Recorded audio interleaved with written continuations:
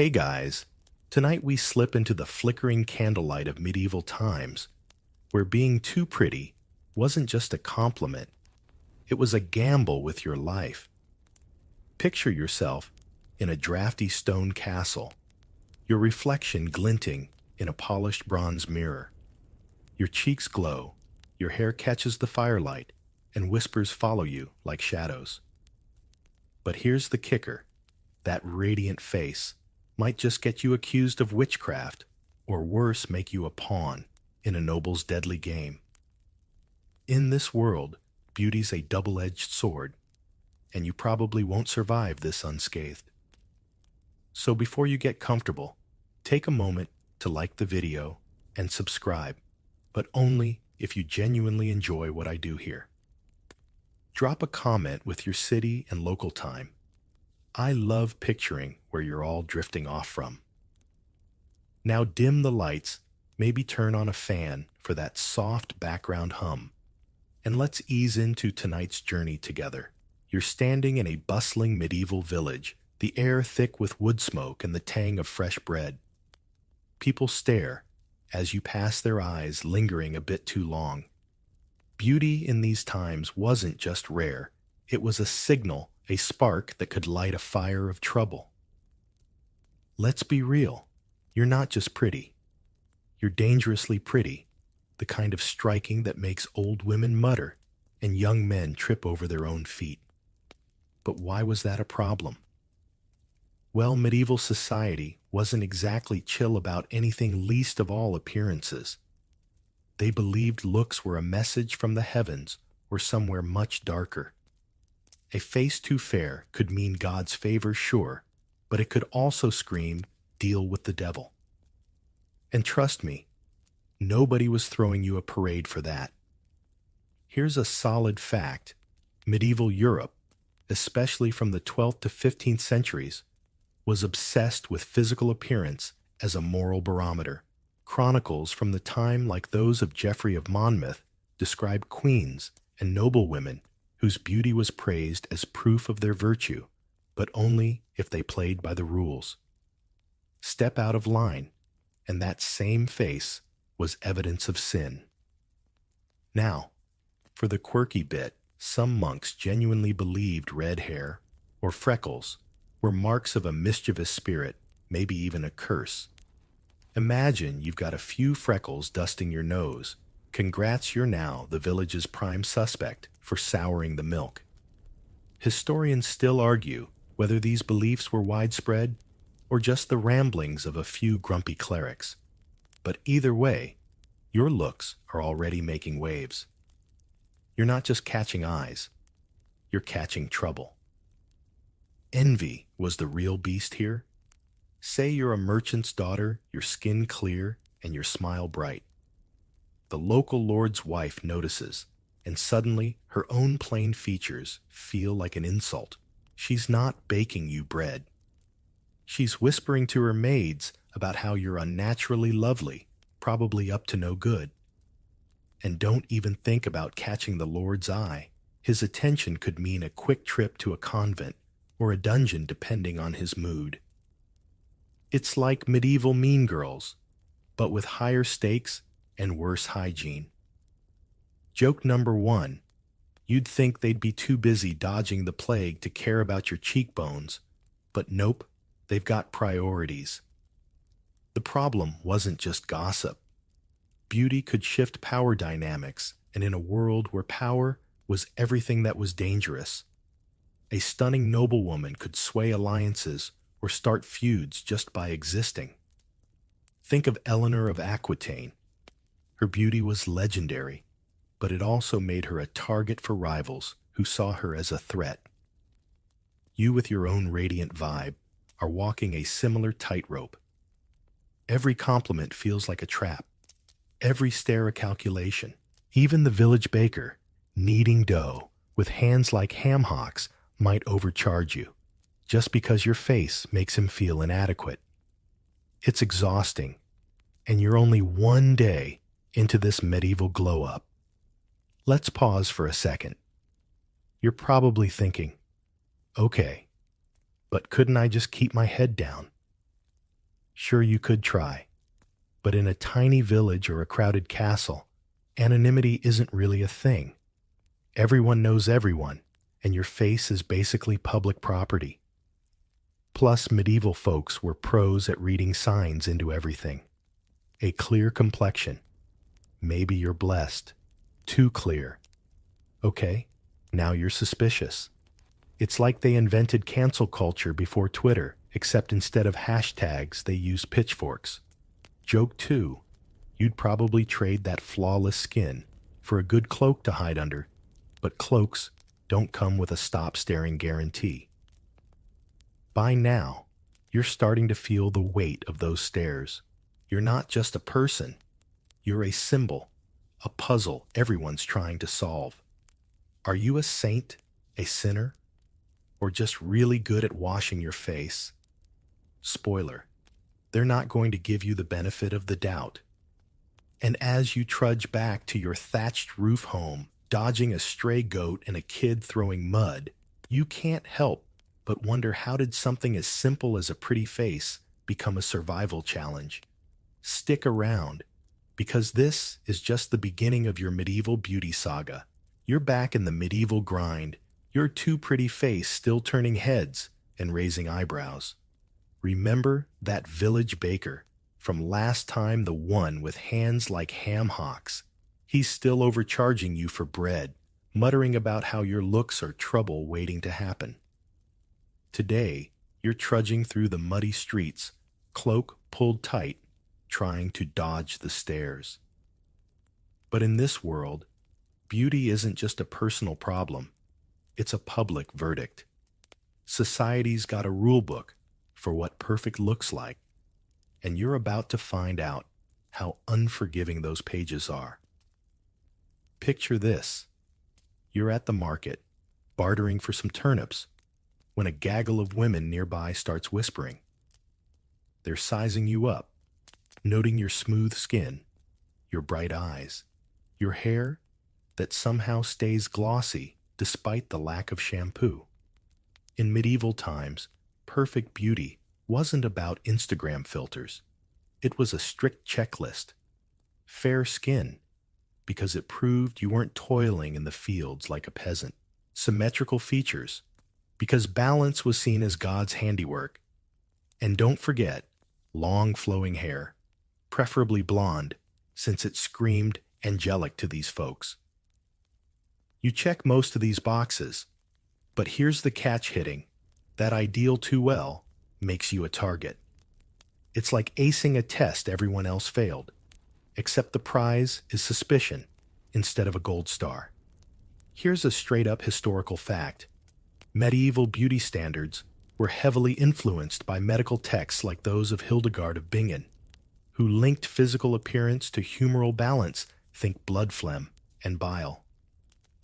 A radiant face meant your humors were in harmony, a sign of health and virtue. But stray too far from average, and people got twitchy. Now for the quirky tidbit, some believed that overly perfect features could be a trick of nature, like a changeling swapped by fairies. Got a flawless smile. Maybe you're not human at all. Historians still argue whether these fairy tales were just bedtime stories or a way to justify distrust of anyone too striking. But either way, your glow is starting to feel like a spotlight you can't escape. You're trying to blend in, but the market's a minefield. A merchant's wife glares as her husband offers you an extra apple for free. You politely decline because you know that free apple comes with rumors. Medieval society didn't just judge beauty, it policed it. Women especially were expected to be modest, not drawing attention with their looks. If you're too pretty, you're practically shouting, "Notice me," and that's a dangerous game. Men could be just as trapped. A handsome knight might charm the court, but if he's too dashing, he's a threat to the lord's ego. Joke 1, you'd think they'd have bigger problems, like inventing toothpaste. But no, they're writing poems about your cheekbones. The rules weren't just social.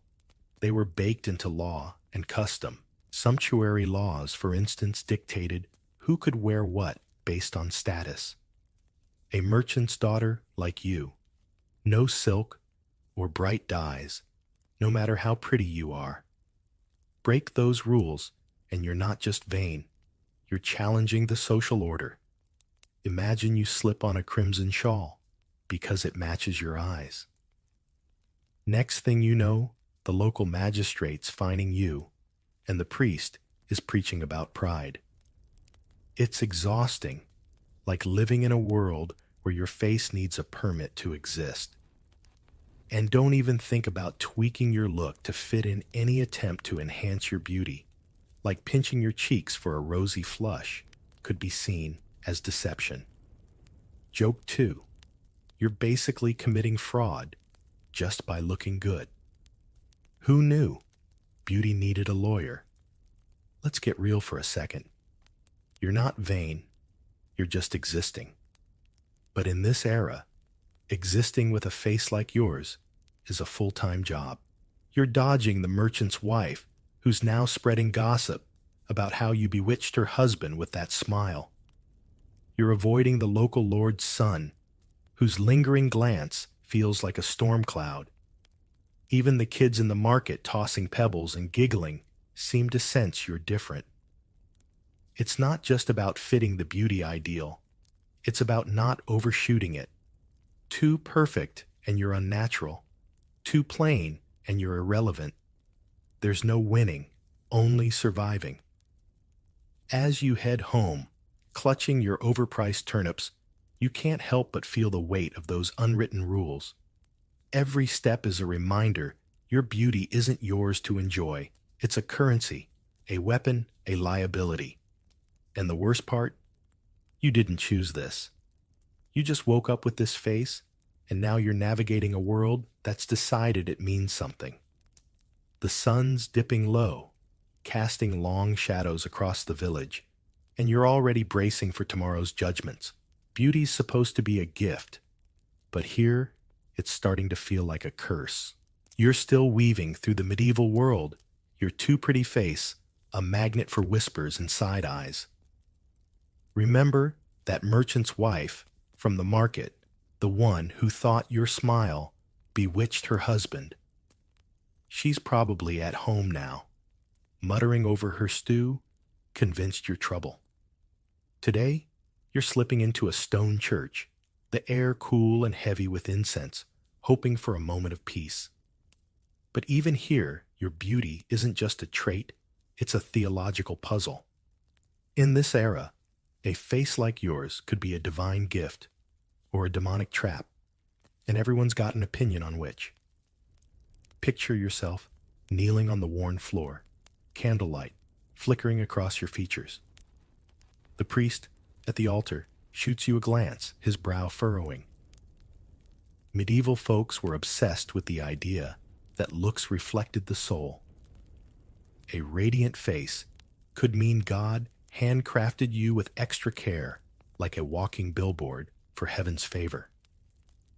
But if you're too striking, that same radiance might hint at darker forces. The devil they believed could disguise himself as an angel of light, and a gorgeous face was the perfect costume. You're just trying to pray, but your glow is practically a sermon topic. It's like your face is auditioning for sainthood and villainy at the same time. Here's a grounded historical fact. Medieval theologians like Thomas Aquinas wrote extensively about beauty as a reflection of divine order, arguing that physical harmony mirrored God's creation. A balanced face was proof of a balanced soul. Great in theory, but tricky in practice.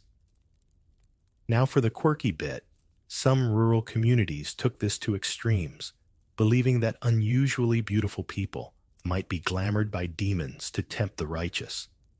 Got eyes that sparkle a bit too much? Congrats, you're now starring in the village's next exorcism. Historians still argue whether these ideas were mainstream or just the paranoia of isolated towns. But either way, Your presence in this church is stirring up more than just dust. You're trying to keep your head down, but the congregation's whispers follow you like flies. An old woman clutches her rosary, eyeing your clear skin as if it's a personal offense. A young man in the back stares, then blushes and looks away, probably worried he's already sinned. The problem isn't just that you're pretty, it's that your beauty feels like a challenge to their worldview.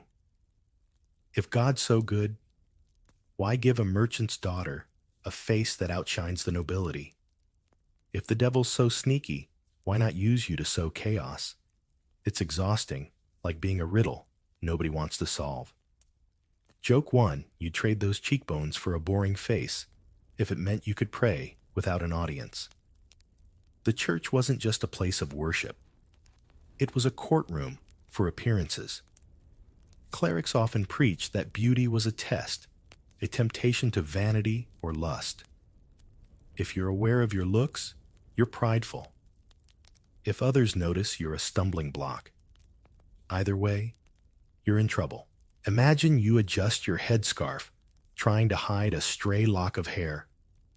The priest might see that as vanity, a sign you're flaunting God's gifts. But leave it loose, and you're tempting the menfolk. It's a lose-lose, like trying to win a chess game where all your pieces are pawns. And don't think men were immune. A handsome monk with your kind of charm could be accused of luring devotees away from prayer. Joke 2. At this rate, you're half expecting a "no pretty people" sign on the church door. Let's be real, you didn't ask for this cosmic debate. You just wanted to light a candle and maybe sneak a nap in the pews. But in this world, beauty's never neutral. It's a signal, a spark that could ignite awe or fear. The priest's sermon today is about humility, and you swear he's aiming it at you. His voice sharp when he talks about those who draw eyes from the Lord. You sink lower, wishing you could melt into the stone. Even the saints painted on the walls seem to judge you, their faded eyes following your every move. It's like the whole church is in on the gossip, and you're the main character in a story you didn't write. As you slip out into the twilight, the village square, buzzing with evening chatter, you feel the weight of those sacred suspicions.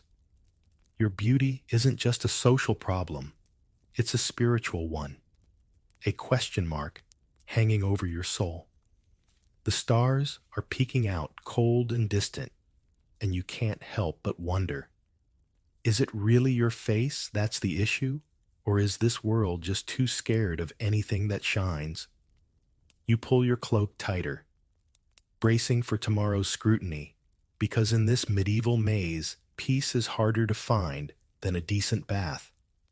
You're still dodging the medieval spotlight, your too pretty face a constant troublemaker. Remember that priest from the church, the one who seemed to aim his humility sermon at you. His words are probably echoing in the village, now fueling gossip as you hurry through the market square.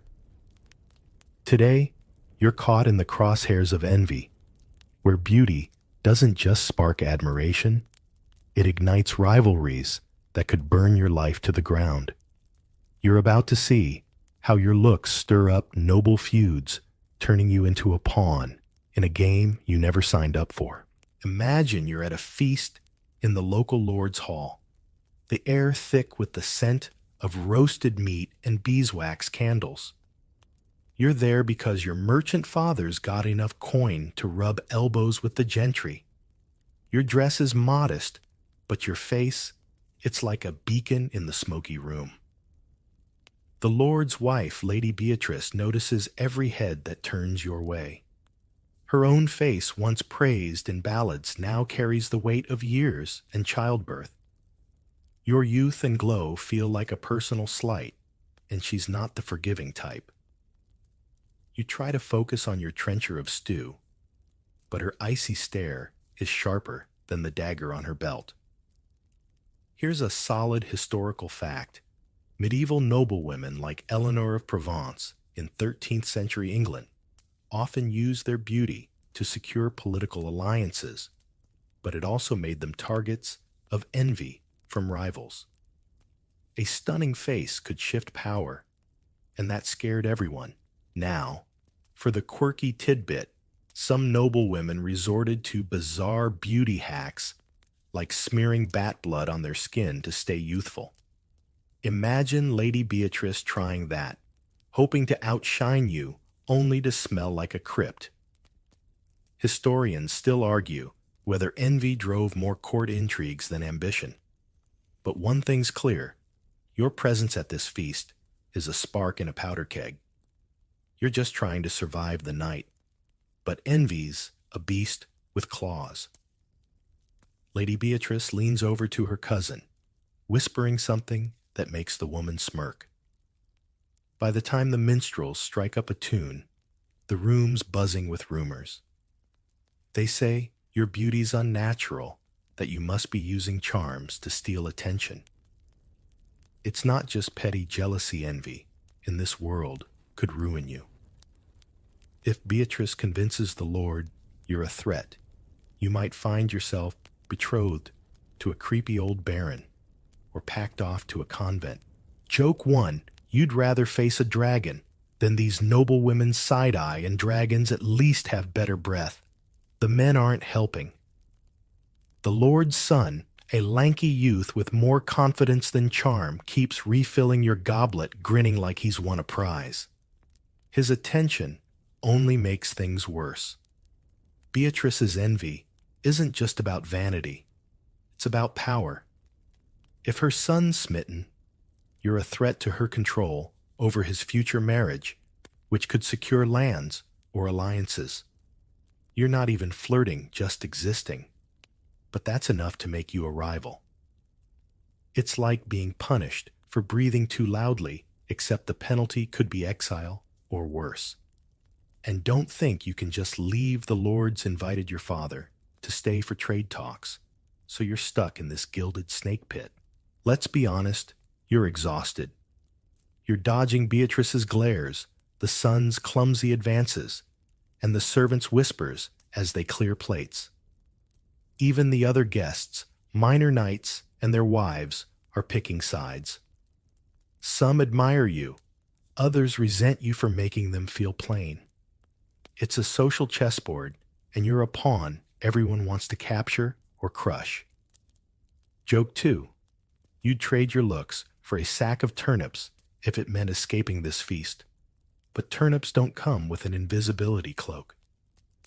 As the night drags on, you overhear a knight joking about how your beauty could start a war. He's half drunk, but he's not wrong. History's full of stories where a fair face sparked chaos, think Helen of Troy, but with worse plumbing. You're no mythical queen, just a merchant's daughter, but the stakes feel just as high. If Beatrice's envy festers, she might push the Lord to act against you, maybe accuse you of something scandalous to justify banishment. Every smile you give, every glance you return, is a risk. You're walking a tightrope, and the fall could break you. You slip out to the courtyard, the cool night air, a relief after the hall's stifling tension. The stars glitter above, but they offer no answers. Your beauty, the thing that should have been a blessing, is a magnet for envy that could cost you everything. As you head back to your father's lodgings, the feast's laughter fading behind you, you brace for the next move in this dangerous game. In this world, being too pretty isn't just inconvenient, it's a battle you fight every day. You're still navigating the medieval maze, your too pretty face stirring trouble wherever you go. Remember that feast where Lady Beatrice's envy nearly scorched you alive. Her whispers are probably spreading like wildfire, now painting you as some kind of enchantress. Today, you're back in the village trying to buy herbs from a market stall, but the air feels heavier. Your beauty isn't just sparking jealousy, It's teetering on the edge of something darker. In this world, a flawless face could land you in the crosshairs of a witchcraft accusation, especially when cosmetics are involved. Picture yourself at the stall, the herbalist's gnarled hands sorting through bundles of lavender and chamomile. You're after something simple, maybe a salve for a scraped knee, but you notice her eyeing your cheeks. They're rosy smooth, the kind of glow that doesn't come from a life of toil. You've never touched makeup, honest, but the herbalist mutters about unnatural beauty. In medieval times, cosmetics weren't just about looking good. They were a tightrope walk between vanity and suspicion. A dab of ochre on your lips, or a pinch of charcoal around your eyes, could be read as a spell, a devil's trick to deceive honest folk. You're just standing there, but your face is already on trial. Here's a concrete historical fact in the 14th century figures, like Christine de Pizan, warned against excessive adornment, noting that the church saw cosmetics as a gateway to sin. Enhancing beauty wasn't just frivolous, it was a moral failing that could invite divine wrath. Now for the quirky tidbit, some women used concoctions like arsenic or lead-based powders to whiten their skin, risking death for a ghostly glow. Imagine smearing that on hoping to look angelic, only to end up looking like a corpse. Historians still argue whether these practices were common or exaggerated by moralizing clerics. But one thing's clear, your natural radiance is dangerous enough without adding potions to the mix. You're trying to pay for the herbs, but the herbalist's questions get pointed. How's your skin so fair? She asks, her voice low, like she's sniffing out a secret. You shrug, muttering something about clean water, but she's not buying it. The crowd around the stall starts to murmur, and you catch the word witch slipping from someone's lips. It's not just gossip, now it's a spark that could ignite a mob. In this era, witchcraft accusations were a catch-all for anything unexplained, and a face too perfect was definitely unexplained. Joke 1. You'd laugh at the irony of being called a witch for washing your face, but pitchforks don't have a sense of humor. The danger's real.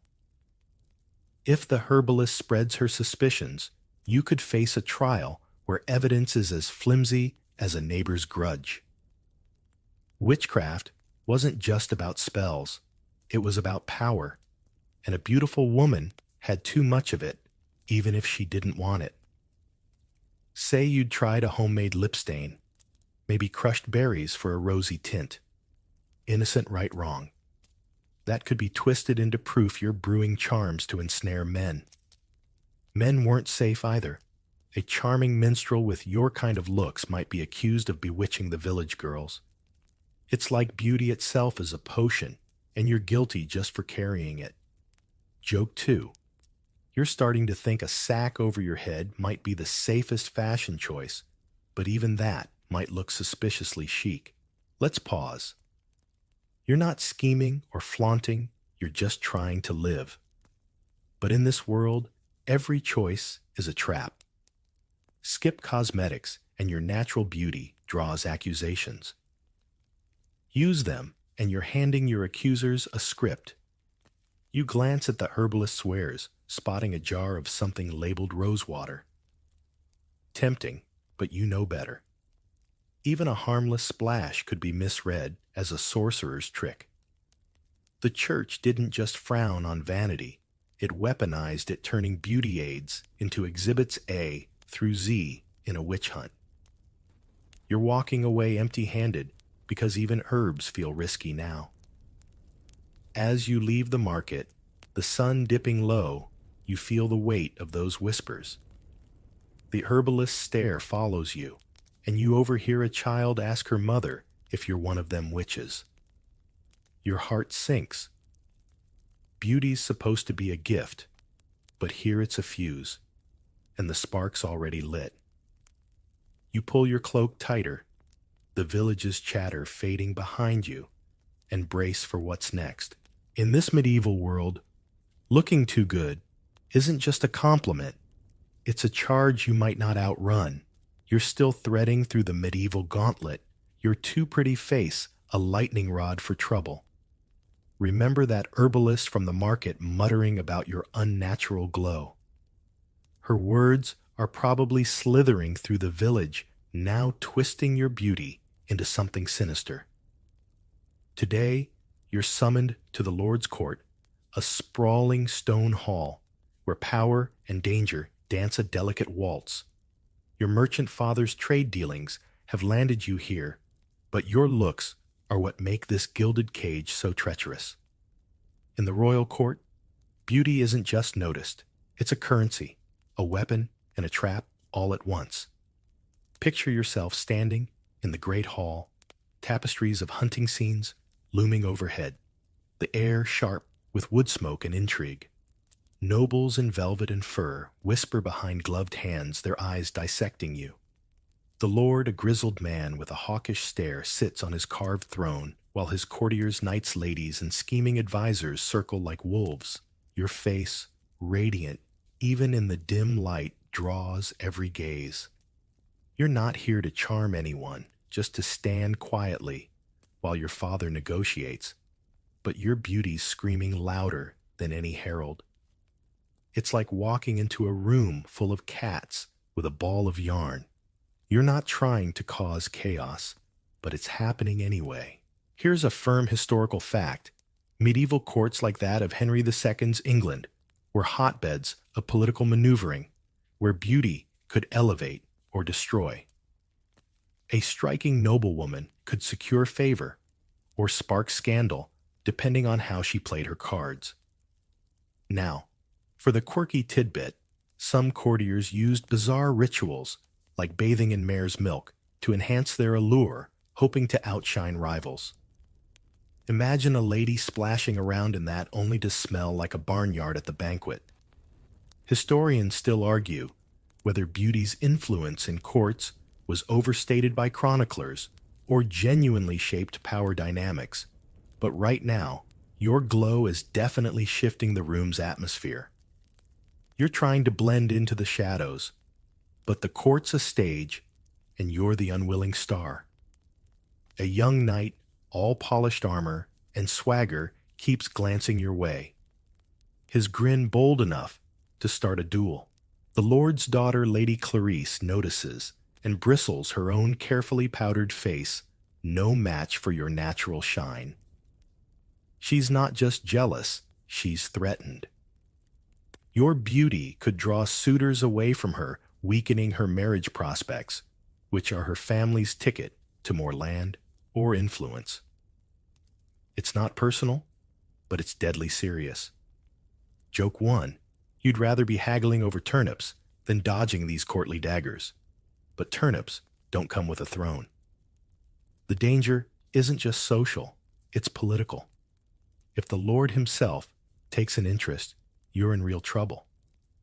His favor could mean gifts or protection, but it could also paint a target on your back. His wife, already suspicious of every pretty face, might push for your removal, maybe to a distant estate or a nunnery. And if you rebuff him, that's a whole other mess, like insulting a king who's holding your father's livelihood in his hands. You're caught in a web where every smile, every glance is a calculated risk. It's like playing chess with pieces that hate you. Joke 2. You're starting to think invisibility might be the ultimate courtly virtue, but cloaks don't cover charisma. Let's get real. You're exhausted standing there in your best wool dress, trying not to fidget. The court's glamour hides a brutal truth. Beauty here is a leash, not a crown. Even the men aren't safe. A handsome squire with your kind of charm could be accused of seducing noblewomen, true or not, and end up banished or worse. You catch a glimpse of yourself in a polished silver goblet, your reflection a reminder of why you're in this mess. You didn't choose this face, but you're paying for it. The Lord's advisor, a weaselly man with ink-stained fingers, leans in to whisper something to Clarice, and her eyes narrow. Whatever's coming, it's not good. As the court session drags on, you overhear a minstrel song praising a maiden fair as dawn. The crowd's gaze shifts to you, and you want to sink into the floor. Beauty's supposed to be a gift, but in this hall, it's a shackle chaining you to the whims of the powerful. You step back, hoping to fade into the crowd, but the weight of their stares follows. The torches flicker, casting long shadows, and you brace for the next move in this glittering, dangerous game.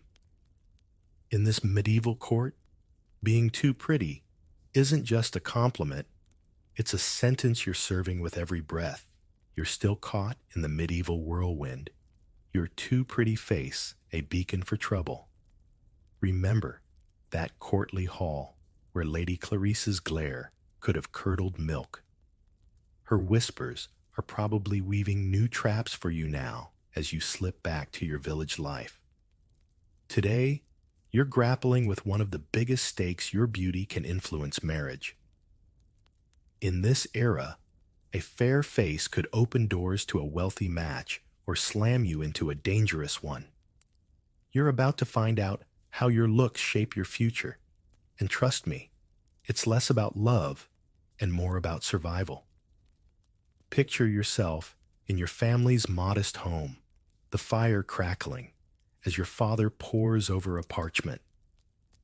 A local baron's emissary has just left his boots muddying the floor with a proposal that's more command than request. The baron, a widower with a temper and a castle, wants you as his bride. Your beauty's the lure, your father's trade connections are a bonus. You're barely old enough to weave a proper braid, but your face has made you a prize in a game of power. Saying no isn't really an option. Rejecting a noble could tank your family's livelihood or worse. It's like being auctioned off, except the bidders have swords. Here's a solid historical fact in medieval Europe, particularly from the 12th to 15th centuries. Marriages were strategic alliances, especially among the elite. A beautiful bride like Anne of Bohemia could seal treaties or boost a lord's prestige, but her looks often made her a target for unwanted suitors. Now, for the quirky tidbit, some families paraded their daughters at feasts, dressing them in borrowed finery to flaunt their beauty, hoping to snag a rich husband. Imagine being dolled up like a medieval mannequin, only to attract a creep with a moat. Historians still argue whether beauty was a bigger asset or liability in these matches. But right now, your glow is steering you toward a risky fate. You're sitting by the hearth, your mother fussing with your hair, muttering about how your looks are both blessing and curse. She's not wrong. If you marry the baron, you might gain status, maybe a velvet gown or two. But he's twice your age, with a reputation for shouting at servants and a castle that smells like damp stone.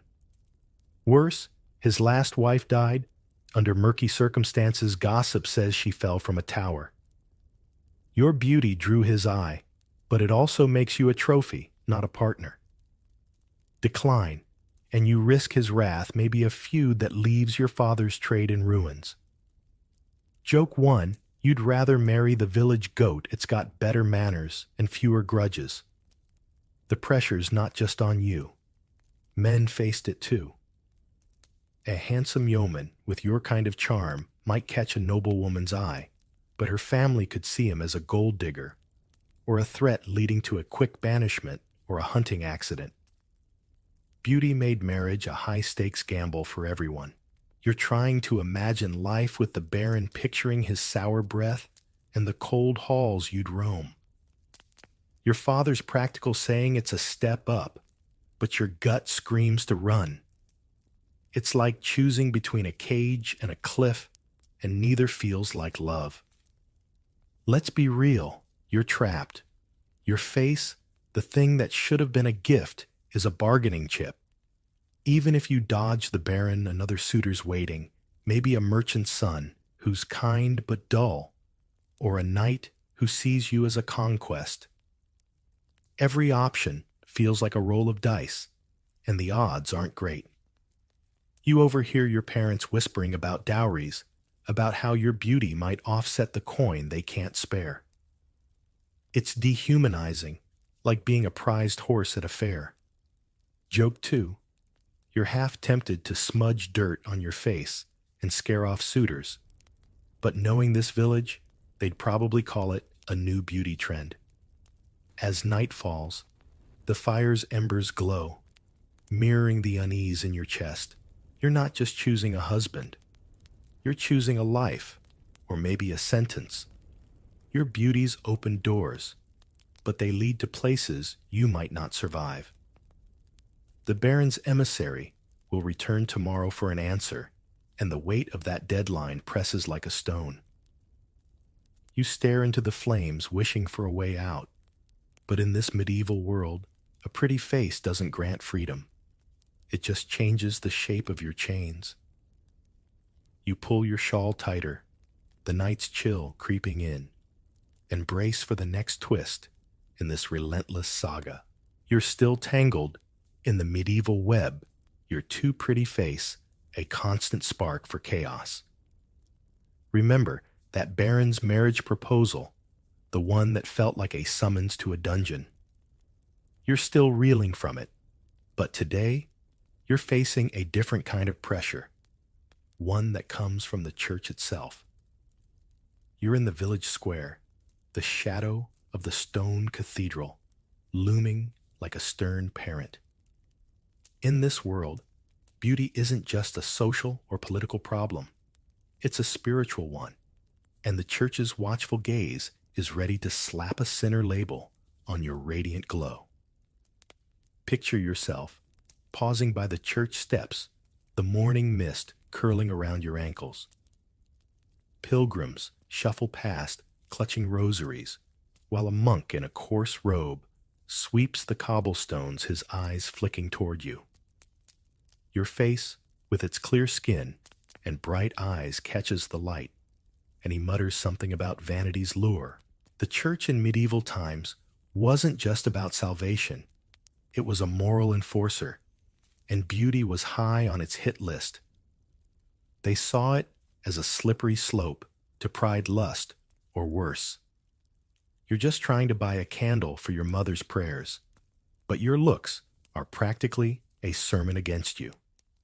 Here's a solid historical fact. Medieval church leaders, like Bernard of Clairvaux in the 12th century, preached that physical beauty was a fleeting distraction from God, often linking it to the sin of pride. Monks and priests urged modesty, warning that a fair face could lead souls astray. Now for the quirky tidbit, some clergy believed mirrors were tools of the devil, encouraging vanity by letting you linger on your reflection. Imagine sneaking a peek in a polished tin, only to be accused of demonic dabbling. Historians still argue whether the church's obsession with vanity was about spiritual purity or controlling social behavior. But right now, your glow is a red flag in this holy square. You're trying to keep your head down, but the church's rules are everywhere. A priest emerges from the cathedral, his face as sour as week old milk, and spots you. He doesn't say anything, but his stare feels like a lecture. If you're too aware of your beauty, say by adjusting your headscarf to frame your face, you're vain a sin that could earn you a public penance, like standing barefoot in the square reciting psalms. If others notice you, you're a temptress, leading men to impure thoughts. It's a trap where existing is the crime. Joke 1. You'd think the church would be busy chasing heretics, but no, they've got a vendetta against your cheekbones. The pressure's not just on women.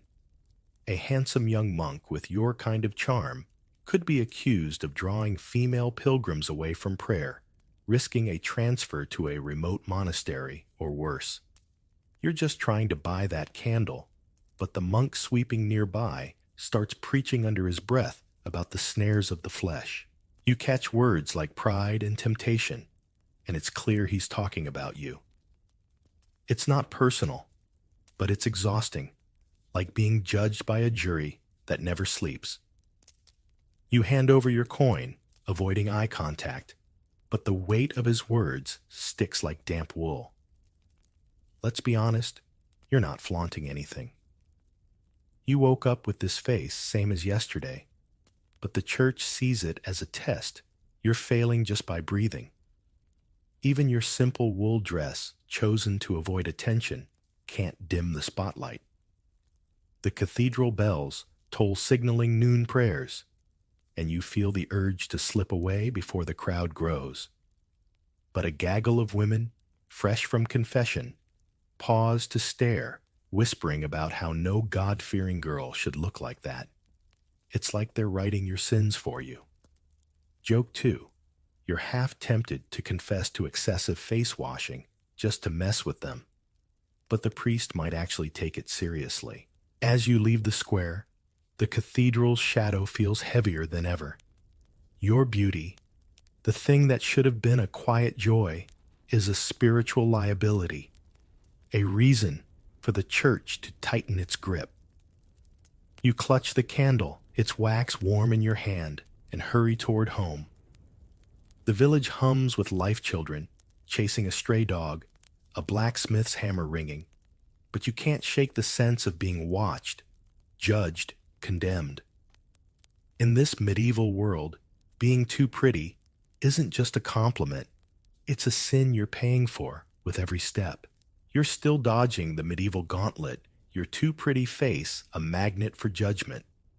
Remember that monk in the village square muttering about vanity as you bought a candle. His words are probably circling the gossip mill, now adding another layer to your troubles. Today, you're stepping away from the nobles and clergy to explore a humbler world, the life of a peasant. You might think beauty would be less of a burden among common folk, but even here, your striking looks spark dangers that lurk in the fields and hearths of everyday life. Picture yourself in a muddy field, the air sharp, with the scent of turned earth and dew. You're helping your neighbor, a wiry farmer's wife, named Agnes Hall, baskets of barley. Your sleeves are rolled up your hair, tucked under a rough linen cap, but your face, clear-skinned, bright-eyed, stands out like a rose in a weed patch. Agnes squints at you, half admiring, half wary, as if your glow might curse the crop. In peasant communities, beauty wasn't just rare. It was a disruption, a signal that could draw unwanted attention from lord strangers or even neighbors with grudges. You're just trying to lend a hand, but your looks are stirring the pot. Here's a grounded historical fact in medieval Europe, particularly in rural areas from the 13th to 15th centuries. Physical appearance often marked social status. Fair skin and delicate features suggested a life free from labor, making a beautiful peasant an anomaly that could spark suspicion or desire. Now for the quirky tidbit.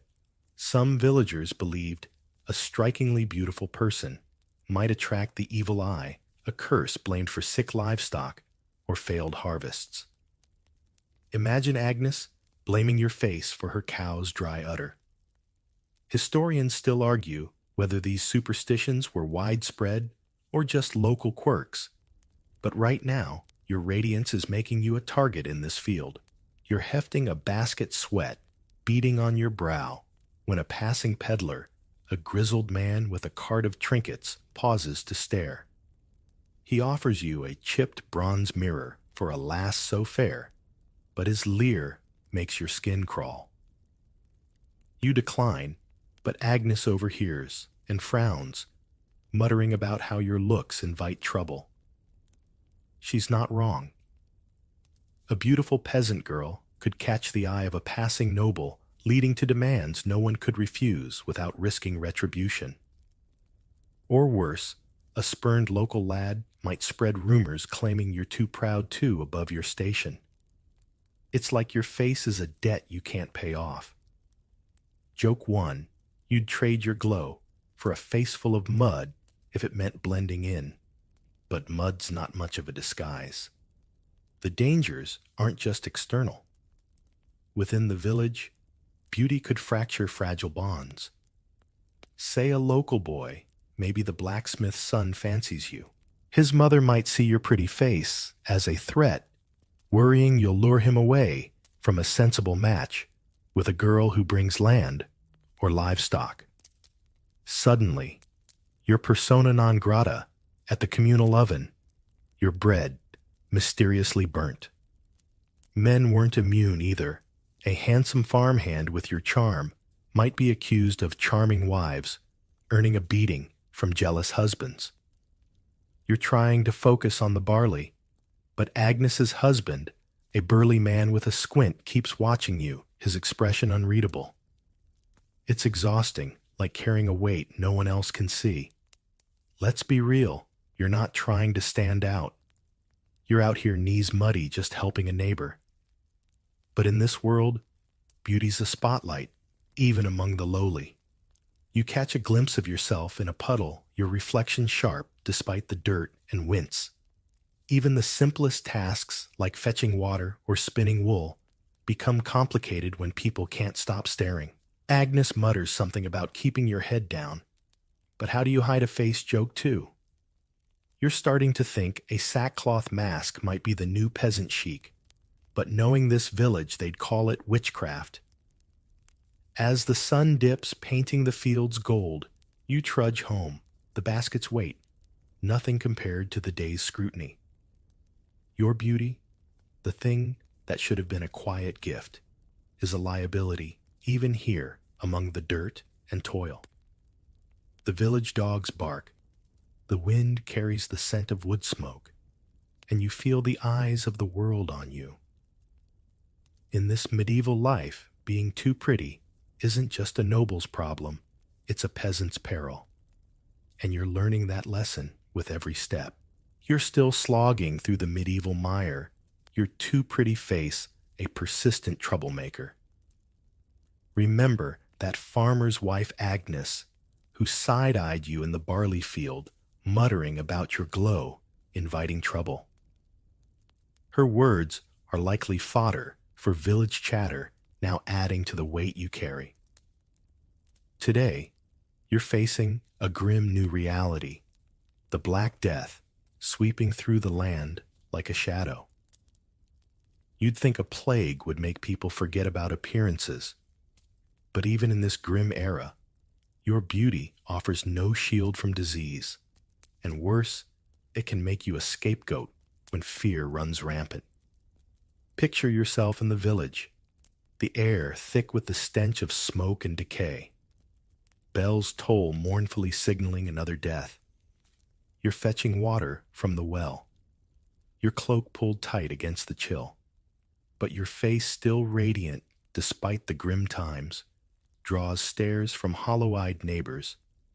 The plague raging across Europe doesn't care about your looks, but the people around you do.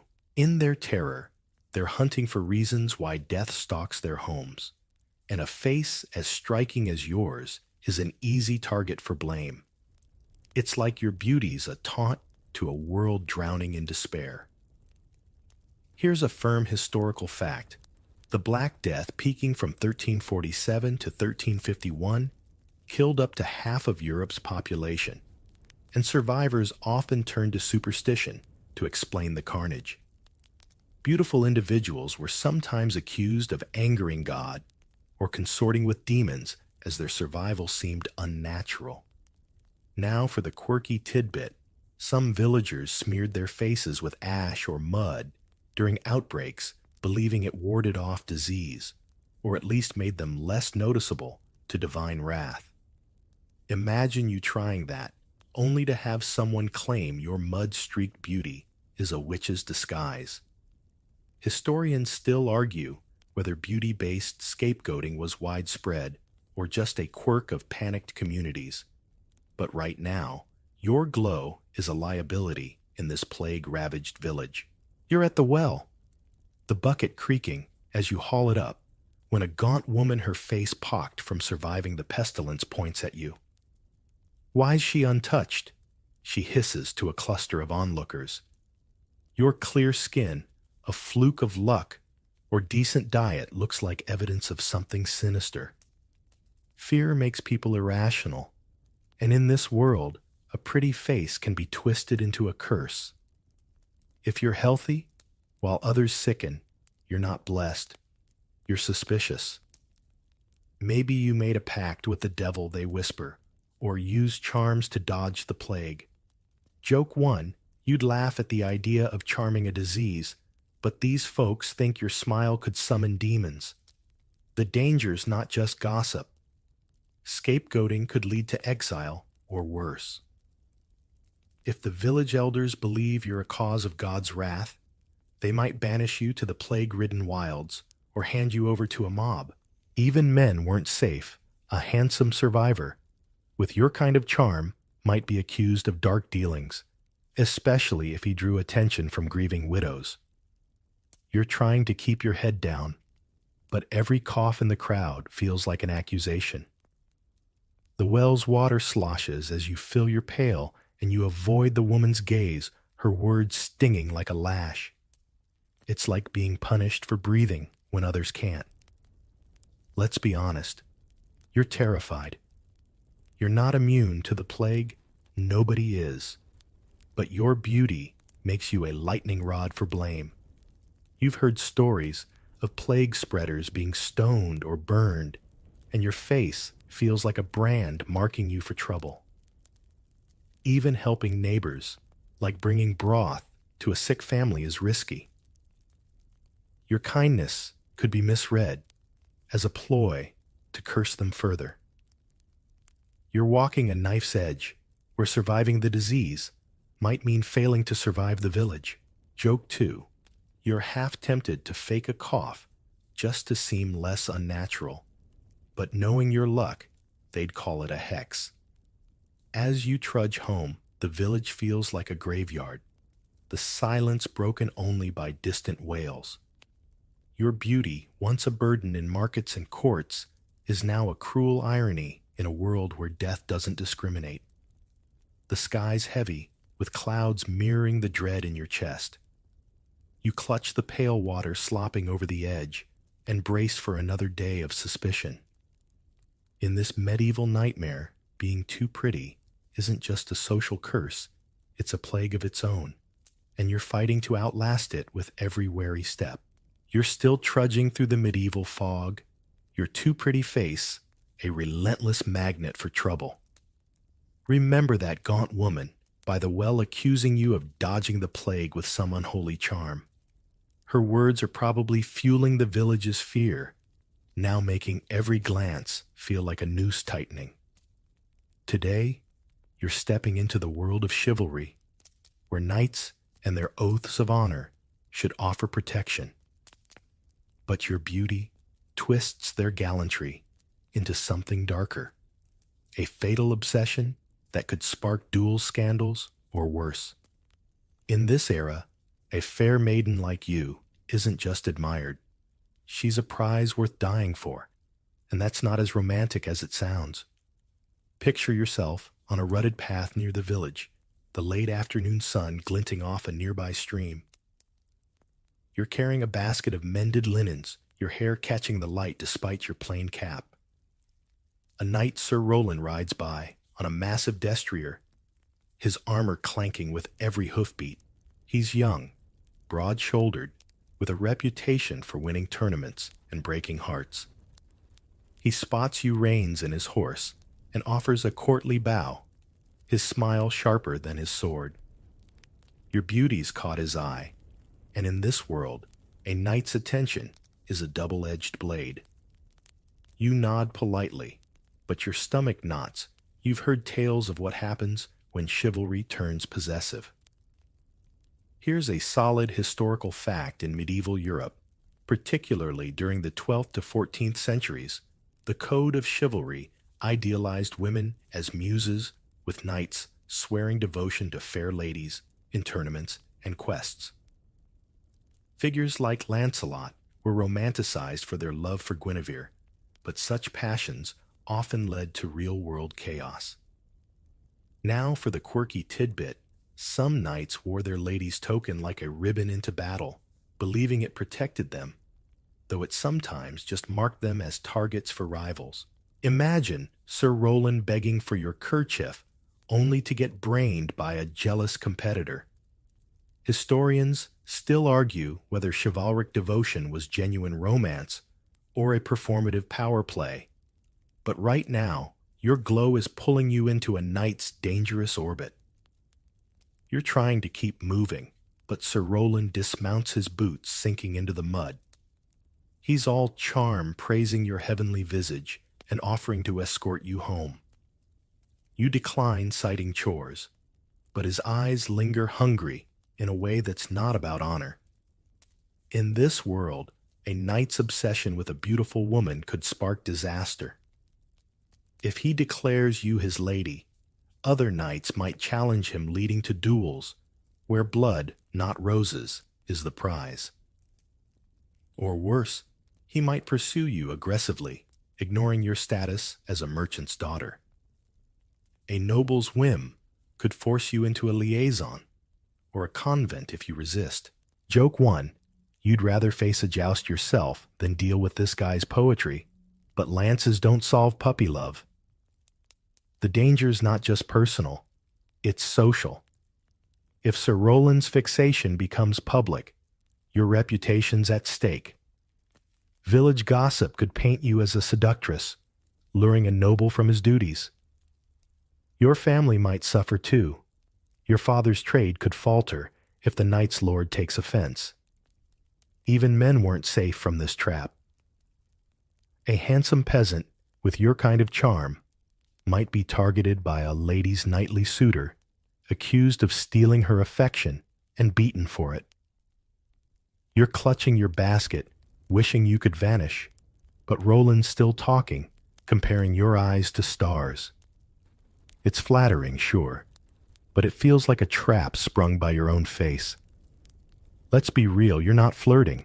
You're just trying to get home before dark. But in this chivalric world, beauty's aflame, and knights are moths with swords. You manage to slip away, murmuring excuses, but Roland's gaze follows heavy as chainmail. You've dodged him for now, but knights don't forget their muses, and his interest could spell trouble. Maybe a gallant visit to your father's house, or a challenge to another suitor. Joke 2. You're half tempted to trip into the stream and ruin your heavenly visage, but knowing knights, they'd probably call it a heroic rescue. As you hurry down the path, the sun dipping low, the village comes into view, its thatched roofs hazy in the dusk. Your beauty, the thing that should have been a quiet gift, is a siren call to men like Roland, whose honor is as flimsy as their banners. The stream gurgles beside you, indifferent to your plight, and you brace for the next twist in this relentless saga. In this medieval world, being too pretty doesn't just draw admirers, it draws blades, and you're learning to dodge them with every wary step. You're still weaving through the medieval mess, your too pretty face a persistent spark for chaos. Remember Sir Roland, the knight, who compared your eyes to stars while you clutched your basket of linens. His gallant grin is probably haunting your dreams. Now a reminder that chivalry's not all it's cracked up to be. Today, you're stepping into the world of art, where beauty like yours becomes a muse, but not without risks. You're about to learn how painters and sculptors face suspicion for capturing your kind of radiance, and how your face could drag them into trouble right alongside you. Picture yourself in a cramped workshop, the air thick with the tang of linseed oil and chalk dust. A painter, Master Godfrey, hunches over a wooden panel, his brush coaxing your likeness onto the surface. You're not posing. Godfrey saw you at the market and begged your father to let him paint you, claiming your face was touched by the divine. Your image, with its glowing skin and delicate features, is meant for a church altarpiece, a saintly figure. But even here, in this flicker of candlelight, your beauty stirs unease. In medieval times, depicting a real person's face, especially one as striking as yours, could be seen as vanity or worse, idolatry. Here's a solid historical fact. In the 14th and 15th centuries, religious art dominated medieval Europe, with artists like Giotto creating idealized images of saints and virgins often modeled on real people. But using a living person's face risked accusations of glorifying the mortal over the divine. Now, for the quirky tidbit, some communities believed painting a beautiful face could trap part of the subject's soul in the image, making the artist a kind of sorcerer. Imagine Godfrey fretting that your portrait might curse him or you. Historians still argue whether these fears were widespread or just the grumblings of superstitious patrons. But right now, your face on that panel is a gamble for you both. You're not even in the room, but you feel the weight of Godfrey's work. He's muttering to his apprentice, worrying about the local priest's reaction. The church was picky about art, too lifelike, and it's idolatrous. Too beautiful, and it's a distraction from God. Your face, with its perfect symmetry, is exactly the kind of distraction they fear. If the priest deems the painting sinful, Godfrey could lose his commission, or worse, face accusations of dabbling in forbidden arts. And you'd be dragged into the mess, labeled as the vain temptress who inspired it. Joke one, you'd think Godfrey could paint a sack over your head to avoid trouble, but sacks aren't exactly saintly material. The risks go beyond the church. Secular patrons, like a local lord, might see your portrait and take an unhealthy interest, just like Sir Roland did.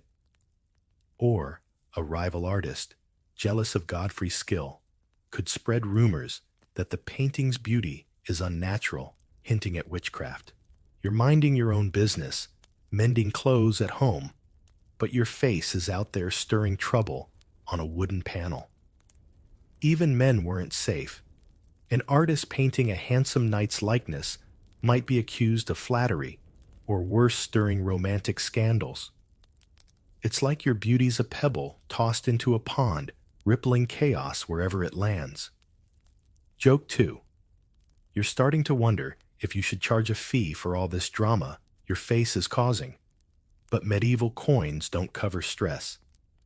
Let's be real, you didn't ask to be anyone's muse.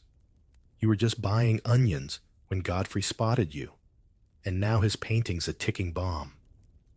The apprentice, a twitchy lad with ink-stained fingers, keeps glancing at the door as if expecting a mob. If the altarpiece is unveiled and the congregation whispers about that merchant's daughter, your reputation's toast. You might be blamed for inspiring vanity, or worse, for enchanting the artist into sin. The workshop's shadows feel heavier, the candles sputtering, as Godfrey adds a final stroke to your painted eyes. He's proud, but you're dreading the fallout. As you sit by your hearth needle, pausing mid-stitch, you can almost see your likeness glowing in that church, drawing gasps and glares. Your beauty, the thing that should have been a quiet gift, is now a brushstroke away from scandal. The village hums outside, oblivious to the storm brewing in Godfrey's workshop. You set down your sewing, the fire's warmth, no match for the chill in your bones, and brace for the next chapter in this relentless saga. In this medieval world, being too pretty doesn't just inspire art, it paints a target on everyone involved. You're still caught in the medieval whirlwind, your too pretty face a spark that keeps igniting trouble.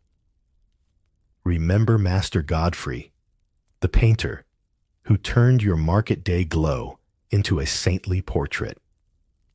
His altarpiece is probably hanging in the church, now drawing whispers that could ruin you both.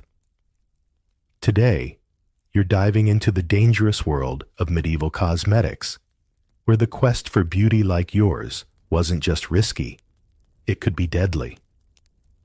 You're about to learn how the powders and potions used to enhance a face could poison the body or the soul, and why your natural radiance is already a gamble.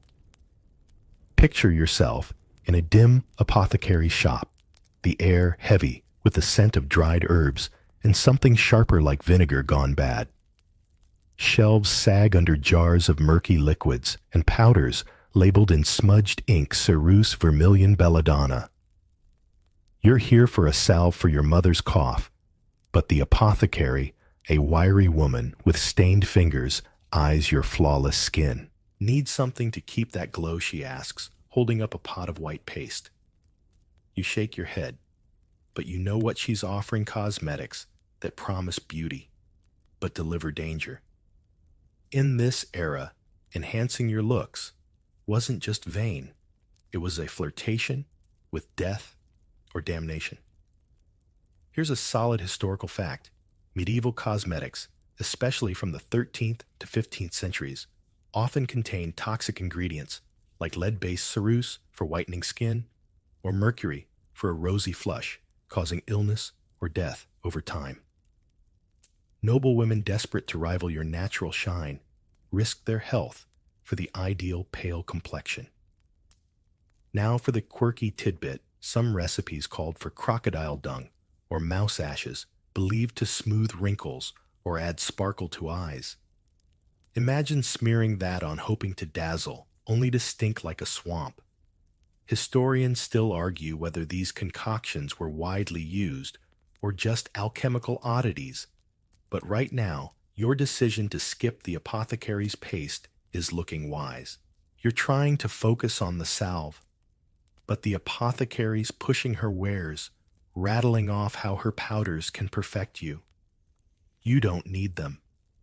Your face already draws enough trouble, but even a hint of interest could spell disaster. If you're caught using cosmetics, the church might brand you a sinner, preaching that you're defying God's creation. Worse, a bad batch could leave you sick or scarred, like the noble woman you heard about, whose face blistered from lead paste. And if anyone suspects your beauty's enhanced, they might whisper witchcraft, like that herbalist who eyed you at the market. Joke 1. You'd rather face a dragon than a jar of crocodile dung cream, but dragons don't come with a sermon. The risks aren't just physical. Cosmetics were a social minefield. Say you tried a touch of berry juice for your lips innocent enough. A jealous neighbor, like that gaunt woman from the plague days, could twist it into proof you're enchanting men or defying your station. Men weren't immune. A dandy with your kind of charm using tinted salves might be mocked as effeminate or accused of deception. You're dodging the apothecary's sales pitch, but her gaze lingers as if your natural glow is already suspicious. It's like your face is a crime scene and everyone's looking for evidence. Joke 2. You're starting to think a veil might be the ultimate beauty hack, but knowing this village, they'd call it a sorcerer's shroud. Let's be real. You're not here to play alchemist. You just want that salve and to get out before the apothecary starts rumors. But in this world, beauty's a tightrope, and cosmetics are a gust of wind. Even your refusal to buy her wares could be misread.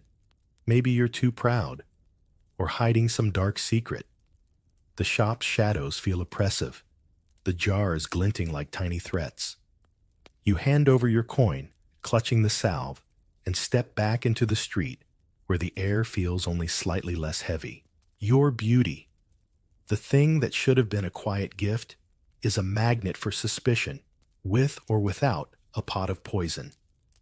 As you head home, the village bustling with evening chatter, you can't shake the apothecary's stare.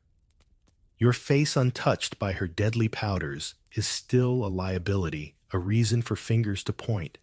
The sky's turning dusky, the first stars peeking out, and you brace for the next twist in this relentless saga. In this medieval world, being too pretty doesn't just invite trouble. It's a brush with poison, and you're dodging it with every cautious step. You're still slogging through the medieval quagmire. Your too pretty face, a spark that keeps lighting fires. Remember that apothecary with her jars of toxic beauty potions eyeing your glow like it was a crime.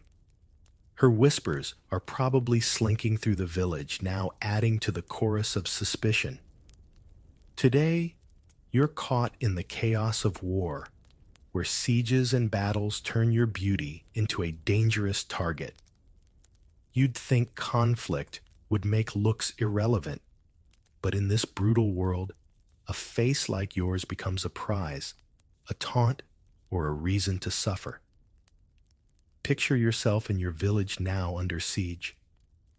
The air hums with the creak of siege engines and the shouts of soldiers camped beyond the walls. Your family's huddled in your small home, the thatch roof trembling as a distant trebuchet hurls stones. You're trying to ration bread, your hands dusty with flour, but your face still radiant despite the fear catches the flicker of a rushlight. Outside, the enemy lord's men are circling, and word spread of a fair maiden within the walls.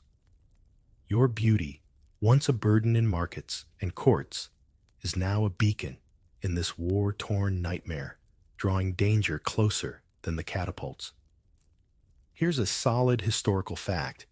During medieval sieges, like the Siege of Jerusalem in 1187, women of notable beauty were often targeted as spoils of war valued for ransom, or as trophies to boost a conqueror's prestige.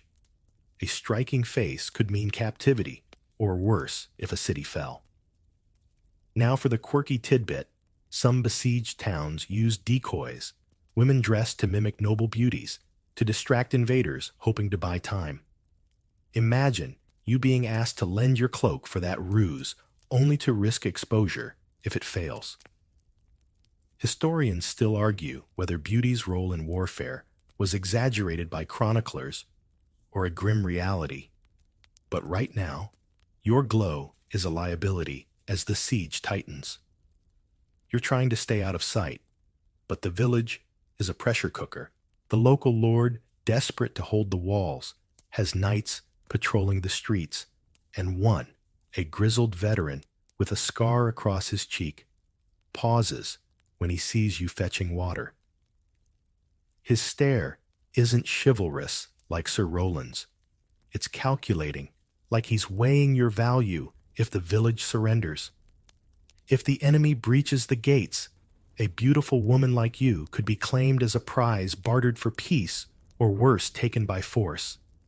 Even your own side might betray you, offering you up to appease the invaders. Joke one, you'd rather hide in a barrel of turnips than be a war trophy, but turnips don't come with a lock. The danger's not just from outsiders. Within the village, fear breeds betrayal. A neighbor starving and desperate might point you out to the enemy, hoping to curry favor or save their own skin. Men faced risks too. A handsome youth with your kind of charm could be pressed into fighting or killed by invaders jealous of his looks. You're avoiding the windows, but whispers from the street suggest the Lord's Council is discussing assets to offer if negotiations start. Your name's been mentioned, and not for your baking skills. It's like your face is a currency nobody asked you to carry. And the exchange rate is your freedom. Let's be real. You're terrified, not just of the siege, but of what your beauty could cost you. You're wrapping a shawl around your head, hoping to dull your shine, but it's like trying to hide the sun with a napkin. Every creak of the roof, every shout from the walls feels like a countdown. You overhear your father arguing with a neighbor, insisting you're just a girl, but the neighbor's voice is sharp. A girl like that could save us all, or doom us. It's dehumanizing, reducing you to a bargaining chip in a war you didn't start. Joke 2. You're half tempted to smudge ash on your face and pass as a soot sprite, but even that might not dim the spotlight. As night falls, the siege's din softens, replaced by an eerie quiet. You sit by the hearth, the fire's glow, a faint comfort against the cold dread in your bones. Your beauty, the thing that should have been a quiet gift, is now a target in a world where swords speak louder than prayers. The village holds its breath, the walls still standing, but weaker by the hour. You clutch your shawl, bracing for the next blow in this relentless saga.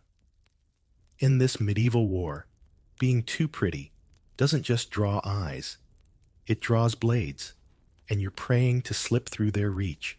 You're still staggering through the medieval storm, your too pretty face a spark that's lit every kind of fire. Remember the siege with its looming trebuchets, and that knight who sized you up like a ransom prize. The village held barely, but the scars linger, and so does the weight of your beauty. Today, you're reflecting on the fleeting nature of that radiance, as age hardship or fate dulls even the brightest glow. In this world, a fair face is a temporary crown, and you're about to see how quickly it can slip, leaving you to navigate a life where looks no longer shield or curse you. Picture yourself in the village square years later, the air crisp with autumn's bite. You're older now, your hair streaked with silver, your skin etched with lines from worry and work. Once your face stopped hearts. Now it blends into the crowd, a merchant's daughter weathered by time. You're bartering for apples, your hands rough from years of labor, and nobody stares. The same folk who whispered about your unnatural beauty, like that herbalist, or the gaunt plague survivor, barely glance your way. In medieval times, beauty's power faded fast, especially for women, as youth was the currency that mattered most. You're free from the spotlight, but it's a bittersweet relief, like waking from a dream that was half nightmare. Here's a solid historical fact in medieval Europe, particularly from the 12th to 15th centuries.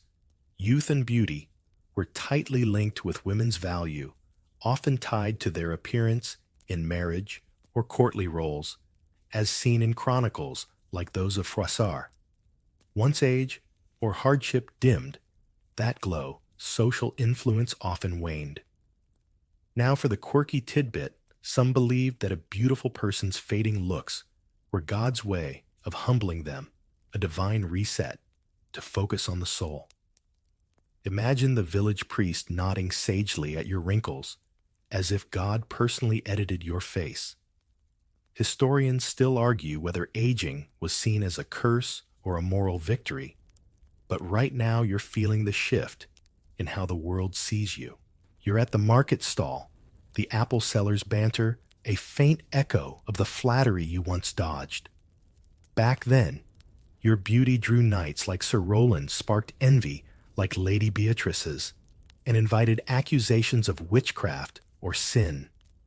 Now you're just another face, your story folded into the village's hum. It's liberating, no more dodging leers or rumors, but there's a pang too. You catch your reflection in a bucket of water, the lines around your eyes, like a map of every trial, the plague, the siege, the baron's proposal. Your face no longer starts wars or paintings, but it carries a quieter strength earned through survival. Joke 1. You'd laugh at how the market's suddenly kinder now that you're ordinary. But apples don't come with a sympathy discount. The fade of beauty wasn't just personal, it was universal. Men felt it too. A handsome knight, once a court darling, might be ignored, In old age, his scars no longer romantic. For you, the change is stark. You're no longer a muse for artists like Master Godfrey, or a target for the church's sermons. But the world's still harsh age doesn't erase poverty or toil, and your merchant father's debts still loom. You're trading apples, not dreams, and the freedom from beauty's burden comes with new weights, providing for kin, mending a leaking roof. It's like swapping one tightrope for another, just with less applause. Joke 2. You're half tempted to tell the apple seller about your glory days, but he'd probably charge you extra for storytelling. Let's be real. You're not mourning your youth, not exactly. You're tougher now, wiser, less afraid of whispers. But standing here, with the market's bustle fading into dusk, you can't help but trace the arc of your life. Your beauty once shaped every step, drawing suitors, sparking feuds, painting you as a saint or a sinner. Now it's a memory, a tale you might share with a grandchild someday, minus the scarier bits. The village square glows with torchlight, and you feel a strange peace. You've outlasted the dangers of being too pretty, but the world's still a battle just fought with different weapons. As the stars emerge, soft and distant, you turn toward home, your basket heavy with apples. The night wraps around you gentle and cool like a whispered promise of rest. Your steps are slower now, not from fear, but from a life fully lived. The village settles into quiet its roofs, dark against the sky, and you let the day's worries drift, carried away by the breeze. The world that once judged your face now sees you as you are steady, enduring human. You breathe deeply, the scent of earth and smoke grounding you, and feel the weight of beauty lift, leaving only the soft hum of existence. Close your eyes. Let the night's calm cradle you and slip into dreams where no one stares, no one schemes, just you and the endless gentle dark. The brutal ways. Women tried to stay young in the Middle Ages. We step into the gritty, candlelit world of the Middle Ages, where women chase eternal youth with a fervor that makes your skincare routine look like a lazy Sunday nap. Picture yourself in a damp stone castle, the air thick with the scent of herbs and something faintly metallic. Mirrors are rare, but every wrinkle feels like a betrayal, a whisper that time's slipping through your fingers. In this era, staying young isn't just vanity, it's survival in a world where age could mean irrelevance. Spoiler: you probably won't survive this gauntlet of beauty hacks without a strong stomach. You're standing in a medieval village, circa 1300, where the quest for youth is a high-stakes game. Women, from peasants to nobles, are caught in a cultural vice. Youth equals value, beauty, and power. A historical fact anchors us here. Medieval medical texts, like those by physician Trotula of Salerno, prescribed regimens to preserve a woman's bloom well into her 30s, a ripe old age for the time. These weren't just beauty tips. They were survival strategies in a society where an aging woman risked losing her social currency. But the methods? Oh, they're wilder than you'd guess. Take a quirky tidbit. Some women slathered their faces with a paste made from ground bones and animal fat, believing it could restore the vigor of youth. Sounds like a bad DIY project, right? You're smearing this gritty goop on your cheeks, hoping it'll erase that laugh line. But it smells like a butcher's stall on a hot day. And the kicker? It probably clogged pores worse than a modern fast food binge.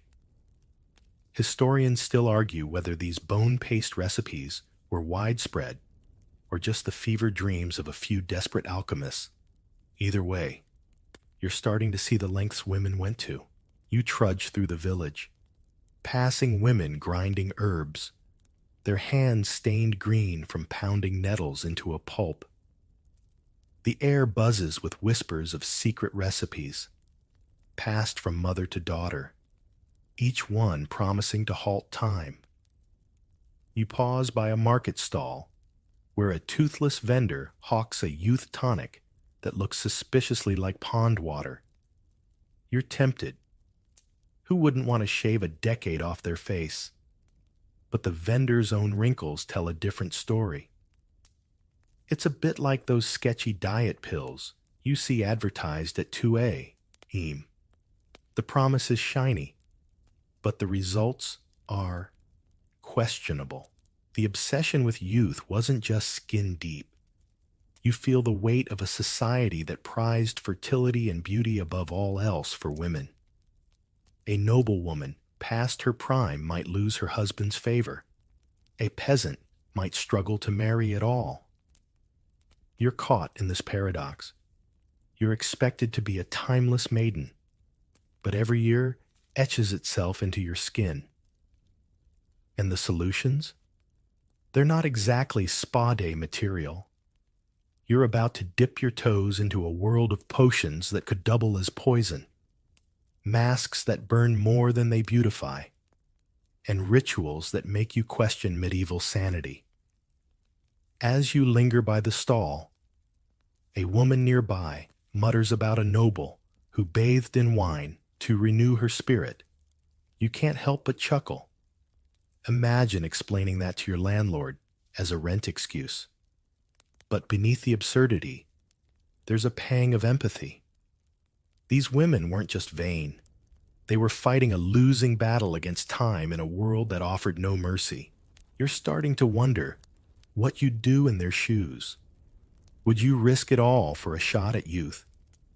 Or would you laugh and let the wrinkles come? You're still wandering through this medieval